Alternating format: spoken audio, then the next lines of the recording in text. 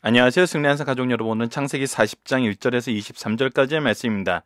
창세기 파트 2의 73번째 강좌로 꿈의 해석은 하나님께 있지 아니하나이까라는 제목의 말씀입니다. 승리한사는 말씀 중심 예배 중심의 성경 전문 교사를 양성하기 위해서 만들어진 성경 공부 교재입니다. 승리한사는 2017년 9월 창세기 37장에서 50장까지의 말씀을 함께 묵상하고 있습니다. 승리한 삶을 발행해 계신 박유일 목사님의 구속사로 조망한 성경 연속 강해집을 통해서 편집이 되었고요. 성경 연속 강해집은 신약이 완간된 이후에 창세기 완간을 위해서 계속 진행하고 있습니다.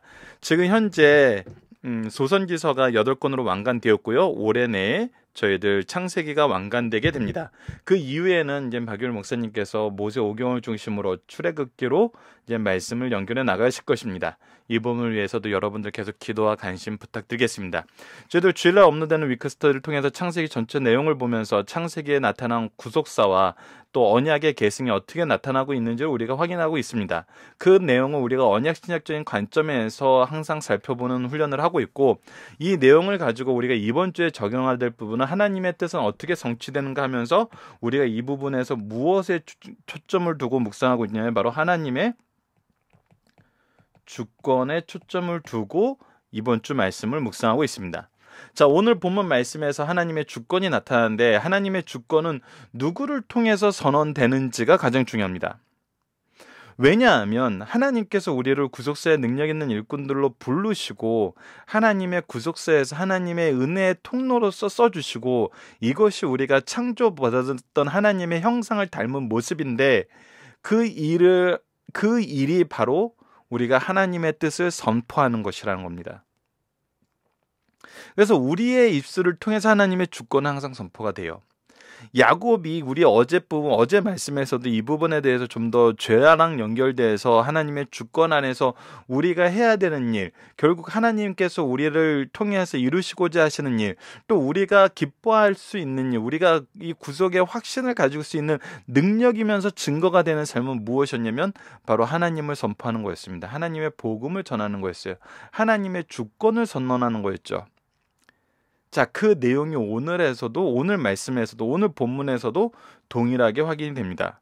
자, 꿈의 해석은 하나님께 있지 아니하나이까 라면서 하나님께서 주권자이심을 바로 이 감옥에 있는 사람들에게 전하는 것이 요셉의 현재 삶의 모습이랍니다. 여러분들 분명히 보셔야 될 것은 창세기에 기록되어 있는 요셉의 일생을 우리가 이제 계속 보게 될 건데, 이 위치에서 요셉이 벗어난 적이 있나 없나 한번 보세요. 이 위치에서 하나님을 선언하는 자리에서 벗어난 적이 있는지 없는지 한번 우리가 말씀을 통해서 확인해 봅시다. 이것을 통해서 우리가 이 세상에서 살면서 무엇에 집중해야 되는지, 무엇을 위하여 하나님께서 나를 이 땅에서, 이 시대에, 이 장소에, 이런 환경에, 이런 관계 속에 나를 두셨는지를 한번 우리가 살펴보고 묵상하는 시간을 가졌으면 합니다. 자, 본문 말씀으로 들어가도록 하겠습니다. 창세기 40장 1절로 23절입니다. 그 후는 언제입니까? 바로 요셉이 이 죄의 누명을 쓰고 감옥에 갔을 때, 여러분, 우리가 어제 말씀을 통해서 무엇을 확인하냐면 요셉이 이 감옥에서도 은혜를 입었었던 것, 그것은 이미 그 요셉의 상황에서 그가 무죄하다는 그 거의 확실한 증거를, 거의 확실한 게 아니죠, 분명한 증거를 가지고 있었던 거죠. 왜냐하면 노예가 그와 같은 죄를 범했으면은 살려두질 않아요. 근데 그가 지금 왕의 감옥에, 왕의 사설 감옥으로 보이는 곳에 왔다는 것 자체가 그가 어떤 그의 죄로 인해서 이곳에 왔던 것이 아니라 다른 이유로 이곳에 갇히게 됐다는 것을 우리가 추론해 볼 수 있었어요. 그런데 그 부분을 오늘 본문 말씀에서는 좀 더 정확하게 우리에게 표현을 해줍니다. 자, 봅시다. 그 후에 애굽왕의 술 맡은 자와 떡 굽는 자가 그들의 주인 애굽왕에게 범죄한지라. 분명한 것은 뭐냐면 술 맡은 자와 떡 굽는 자가 이 누명을 썼거나 그런 것이 아니라 분명하게 범죄했다는 거예요. 이것이 기록에서 이게 우리에게 보여주는 겁니다. 근데 바로가 그들에게 어떤 처벌을 내렸냐면 바로가 그 두 관원장, 그 술 맡은 관원장과 떡 굽는 관원장에게 노하여 그들을 친위 대장의 집 안에 있는 옥에 가두니 곧 요셉이 갇힌 곳이라. 자, 우리가 어제 말씀드렸던 것처럼 우리가 이 친위 대장의 집에 사설 감옥, 즉 이게 이 친위 대장의 사설 감옥이라기보다는 이 친위 대장으로서 왕을 가드하는 입장에서 왕에게 범죄했던 어떤 이 특수한 위치에 있는 사람들에게 주어지는 형벌로서의 감옥이 바로 이 친위 대장 집에 있던 것으로 많은 학자들이 얘기한다 그랬잖아요. 바로 이 부분에 있었고, 자, 4절 말씀을 봅시다. 그 친위 대장이 누구예요? 바로 보디발이에요. 보디발이 친위 대장이 요셉에게 그들을 수종들게 하며, 자, 보십시오. 즉 요셉이 어떤 제목으로 여기에 들어왔어요? 보디발의 아내를 겁탈하려는 것 때문에 지금 그 죄로 인해서 들어왔어요. 근데 그 죄를 지었던 요셉을 친위 대장이 신뢰를 하면서 어떤 일을 맡겨요. 그렇기 때문에 우리가 이 부분에서 이미 요셉의 무죄함이 보여진다는 것입니다. 자, 그래서 요셉이 그들을 섬겼더라. 그들이 갇힌 지 여러 날이라. 자, 근데 이 사람들을 통해서 이제 요셉이 무엇을 배우게 되냐면 바로 애굽의 정치학을 배우게 된다는 것입니다. 그들을 섬기면서 그들과 대화하면서 그들을 통해서 그들의 삶의 배경을 알아가면서 여러 가지 내용들을 우리가 확인하게 될 수 있는 것이죠. 이곳에서. 자, 옥에 갇힌 애굽왕의 술 맡은 자와 떡 굽는 자가 두 사람이 하룻밤에 꿈을 꾸니 각기 그 내용이 다르더라. 아침에 요셉이 들어가 보니 그들의 근심이 빛이 있는지라. 요셉이 그 주인의 집에 자기와 함께 갇힌 바로의 신하들에게 묻되 오늘 당신들의 얼굴에 근심의 빛이 있나이까? 그들이 그에게 이르되 우리가 꿈을 꾸었으나 이를 해석할 자가 없도다. 그때 뭐라고 합니까? 요셉이 그들에게 이르되 해석은 하나님께 있지 아니하니까. 자, 우리가 어제 말씀 마지막 부분에서 무엇을 확인할 수 있었어요? 여호와께서 요셉과 함께함으로 형통케 하셨다라고 했어요. 그리고 요셉에게 맡겨진 일들이 또 형통하게 됨을 친위 대장이 봤던 것과 같이 이 간수도 확인할 수 있었어요. 즉 요셉은 지금 현재 이 감옥에서도 보디발의 집에서도 감옥에서도 뭐하는 사람으로 인정을 받았냐면 하나님께서 함께하는 사람으로 인정을 받았어요. 그를 통해서 하나님께서 일하심을 사람들이 볼 수 있었어요.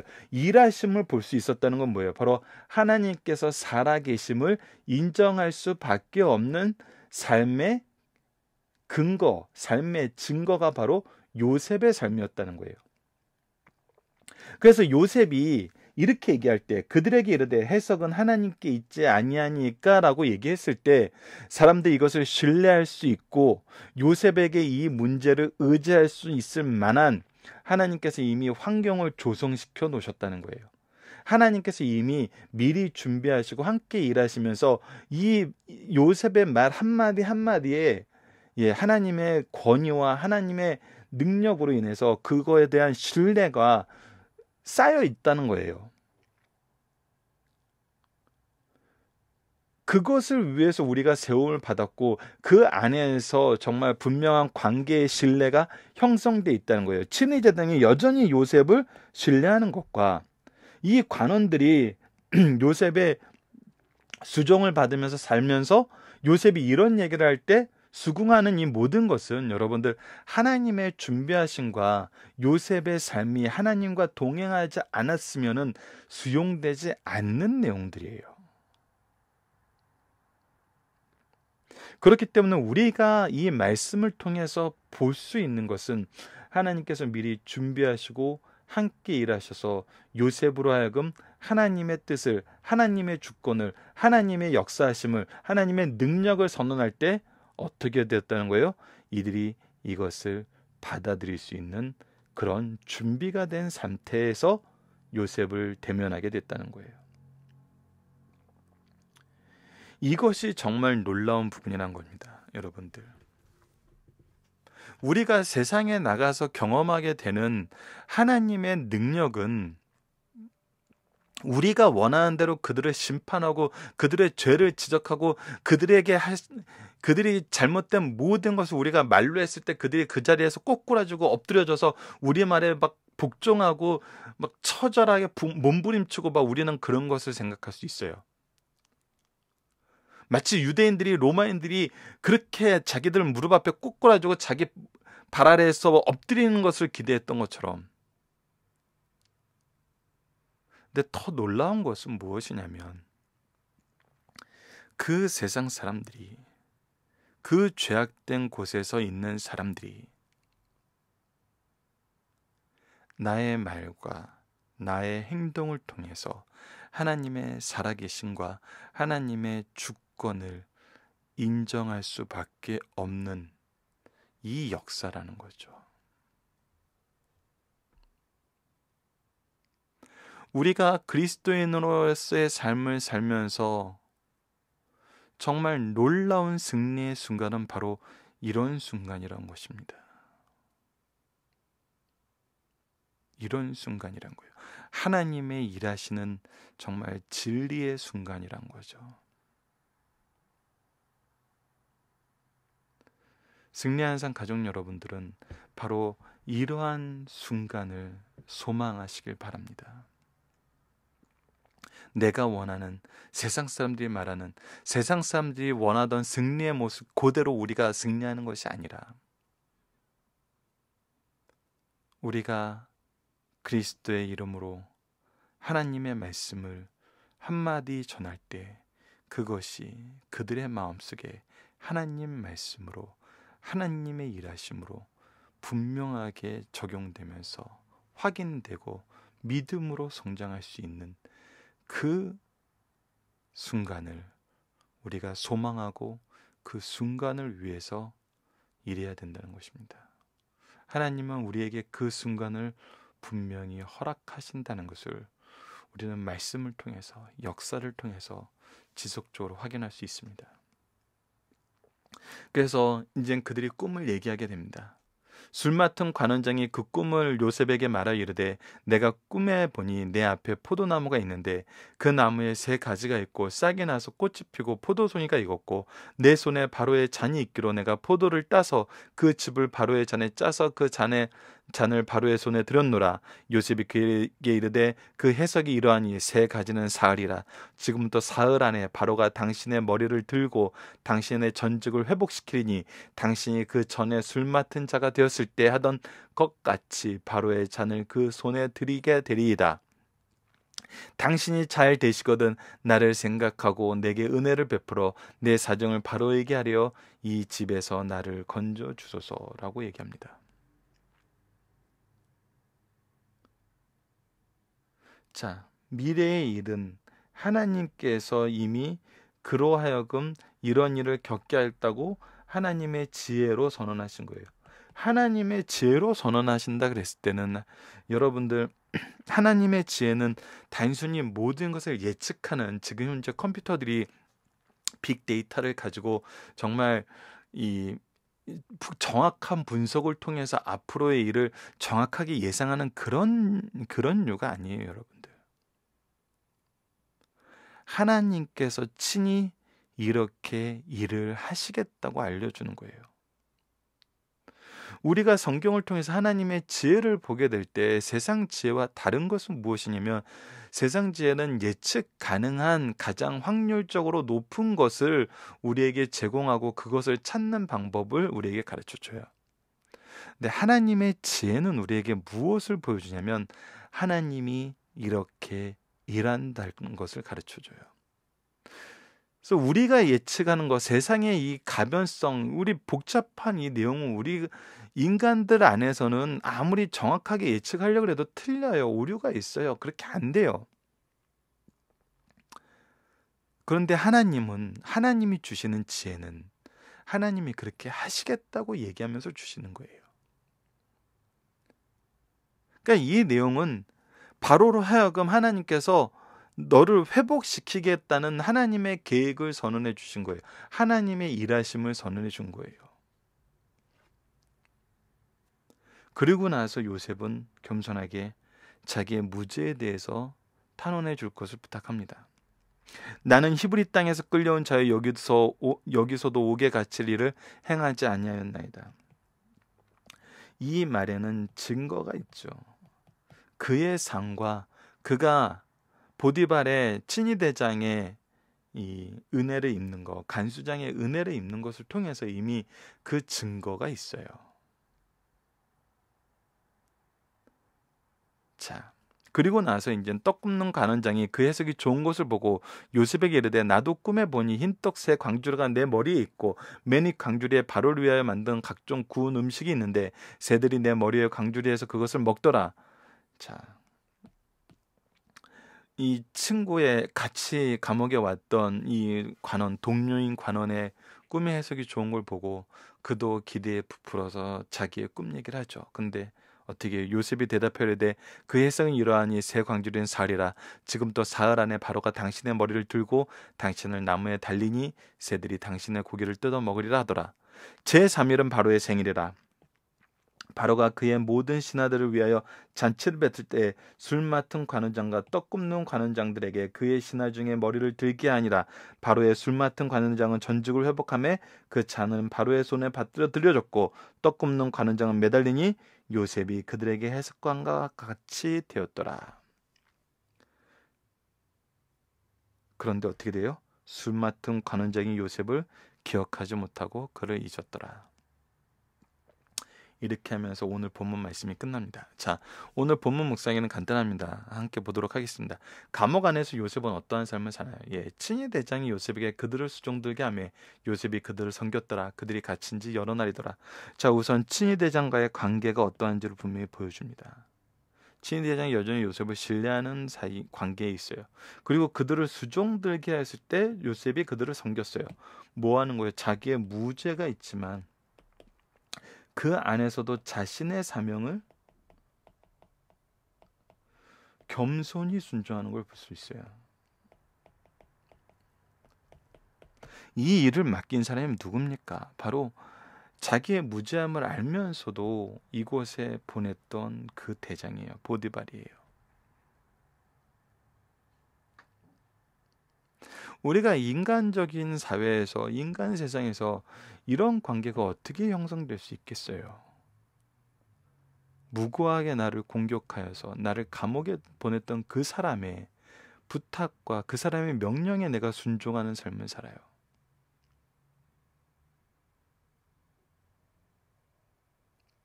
그의 삶이 여전히 뭐 하는 삶이냐면 하나님께서 형통케 하심을 보여주는 삶이에요.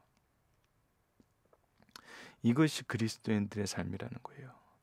내게 주어진 곳에서 최선을 다하여 자기에게 맡겨진 일을 하는 것. 그리고 그 안에 질서에 우선 순종하는 것. 이것이 현대 사회에서는 굉장히 미련한 것으로 보여요. 그런데 우리가 어제도 이 부분에 대해서 좀 더 심도 깊게 말씀을 나눴지만 우리가 이제 왜 그래야 되는가 한번 볼게요.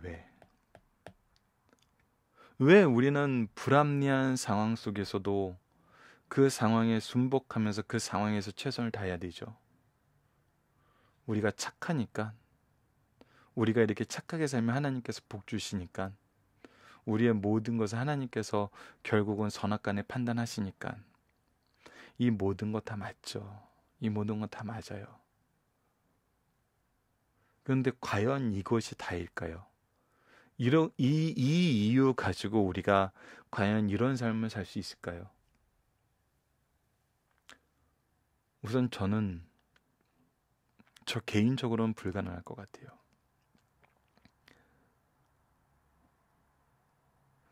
지금 현재 아무것도 못하는 상황에서 아무것도 할 수 없는 상황이라고 가정하고 내가 정말 원치 않는 상황에서 원치 않는 일들을 해야 되는데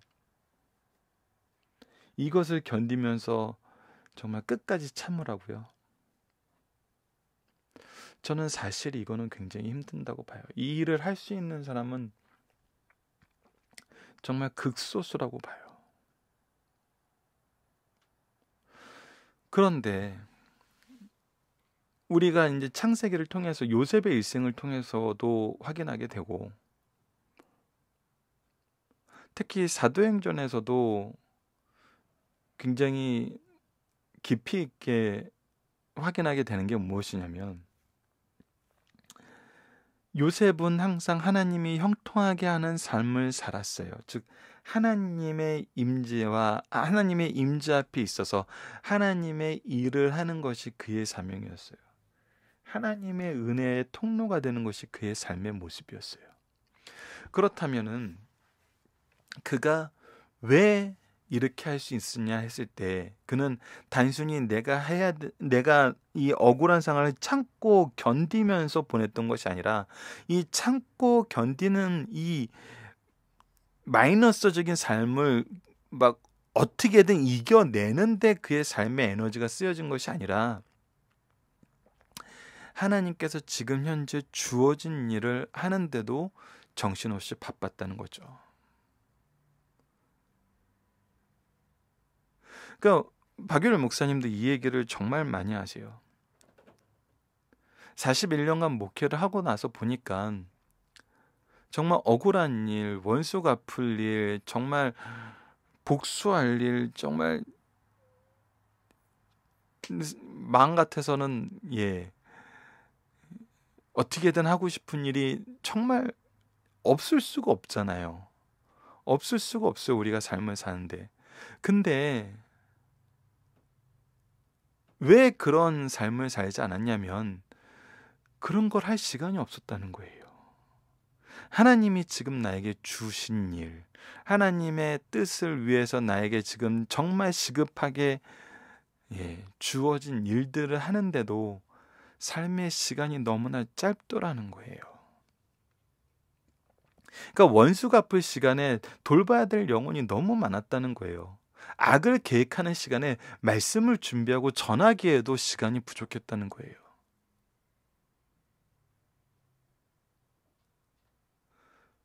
즉 요셉의 삶은 바로 그거라는 겁니다. 자기의 억울함에 대해서 신호는 하지만 그의 삶이 하나님의 일을 하고 하나님과 동행하는 삶을 사는데도 정말 시간이 모자르게 하셨다는 거예요.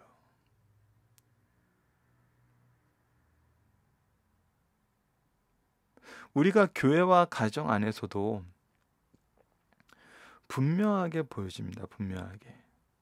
나의 삶에 나에게 주어진 시간과 재원을 정말 하나님이 기뻐하시는 일에 쓰는지 내가 원수 같고 나의 이익을 챙기고 내가 싫어하는 사람들을 공격하기 위해서 쓰는지 분명히 차이가 난다는 거예요.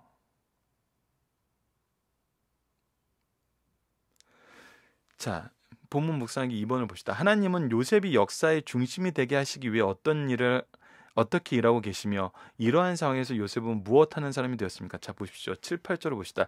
요셉이 그 주인의 집에 자기와 함께 갇힌 바로의 신하에게 묻되 어찌하여 오늘 당신들의 얼굴에 근심이 빛이 있습니까?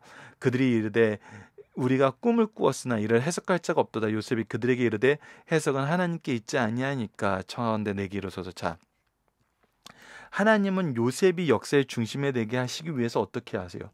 그들로 하여금 꿈을 꾸게 하세요. 하나님의 계획을 보게 하세요. 하지만 깨닫지 못하게 하세요. 이러한 상황에서 요셉은 어떤 사람이 되게 돼요?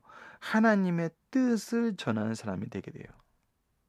그리고 그 뜻이 그의 해석이 그가 얘기하는 것이 하나님의 뜻이었고 그 뜻이 그렇게 성취됨을 분명히 알게 해요. 우리의 삶의 모습이 바로 이러한 거라는 겁니다.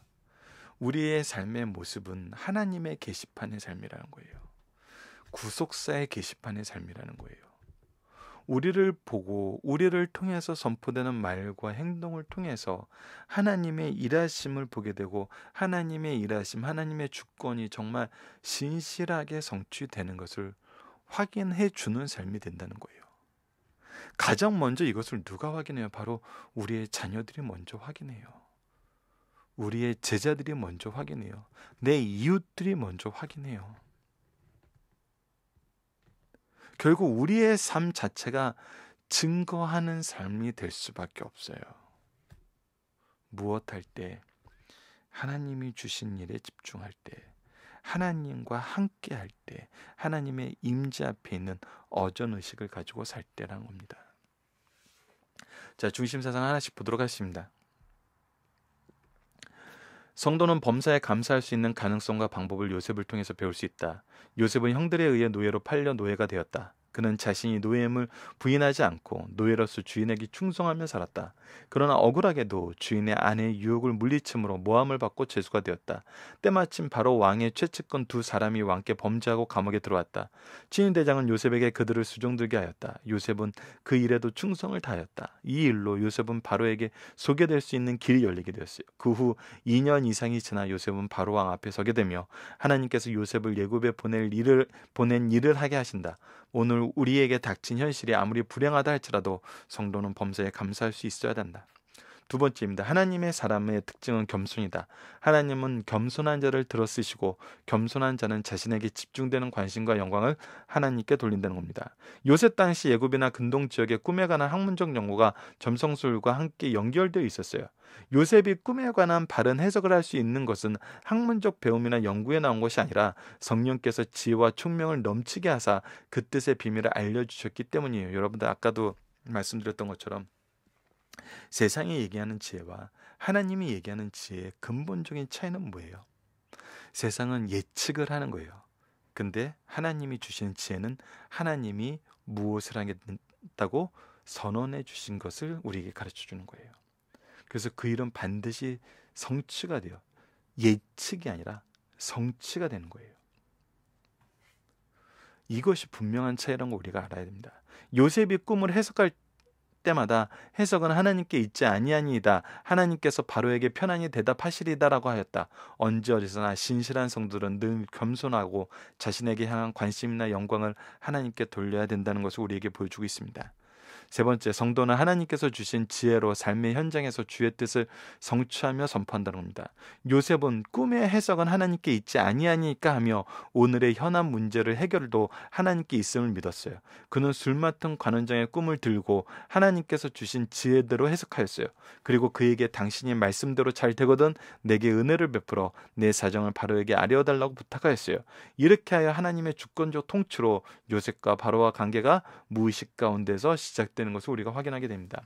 이것이 바로 누구의 일이라는 거예요? 바로 하나님의 역사하심이었던 거예요. 두 관원장의 죽음과 복직은 하나님께서 요셉과 함께 하심을 다시 한번 확실하게 하시고 그 뜻에 순종하게 하신 것입니다.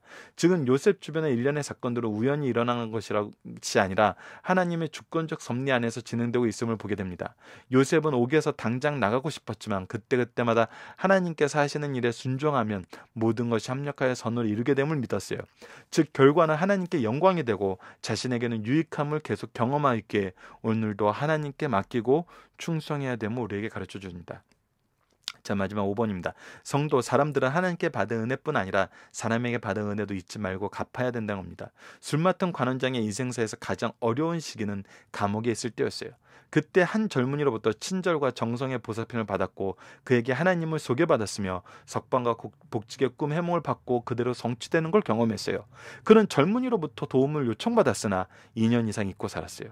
모든 사람은 하나님과 사람에게 받은 은혜에 감사하며 살아야 합니다.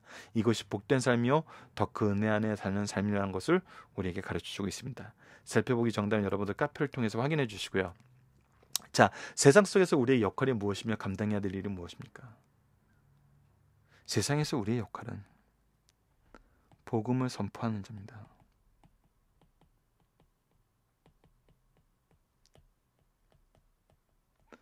복음을 선포하는 제사장이죠. 바로 지혜가 있는 사람입니다. 그리고 하나님의 거룩하심을 의지하는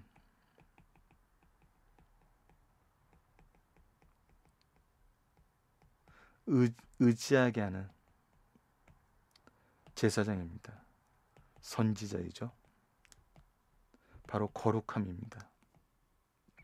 그리고 하나님의 뜻을 실천하는 왕입니다. 바로 하나님의 의지요. 우리의 삶이 바로 이거란 겁니다. 우리의 입술은 하나님의 지혜를 얘기하고 우리의 심장은 항상 하나님의 거룩함을 바라보게 하고 우리의 손과 발은 바로 하나님의 뜻의 실천을 위해서 수고하고 있다는 겁니다. 우리가 이 일을 할 수 있는 곳에 있다면 우리는 그곳에서 충성을 다한다는 거예요. 근데 여러분들 찾아보세요. 이 일을 안 해도 되는 곳이 있는가? 안 해도 되는 상황이나 할 수 없는 상황이 있는가? 사실 없죠. 나는 누군가에게는 복음을 듣고 누군가에게는 복음을 가르치는 사람이에요. 영생의 말씀을 누구에게 들어서 누구에게 가르칠 것인가? 누구에게 배워서 누구에게 가르칠 것인가? 이것이 우리 승리하는 삶의 표잖아요. 이 일을 우리가 해야 된다는 것입니다. 요셉은 어떤 상황 속에서도 이 일을 쉬지 않는 사람의 삶의 모습을 보여주고 있어요.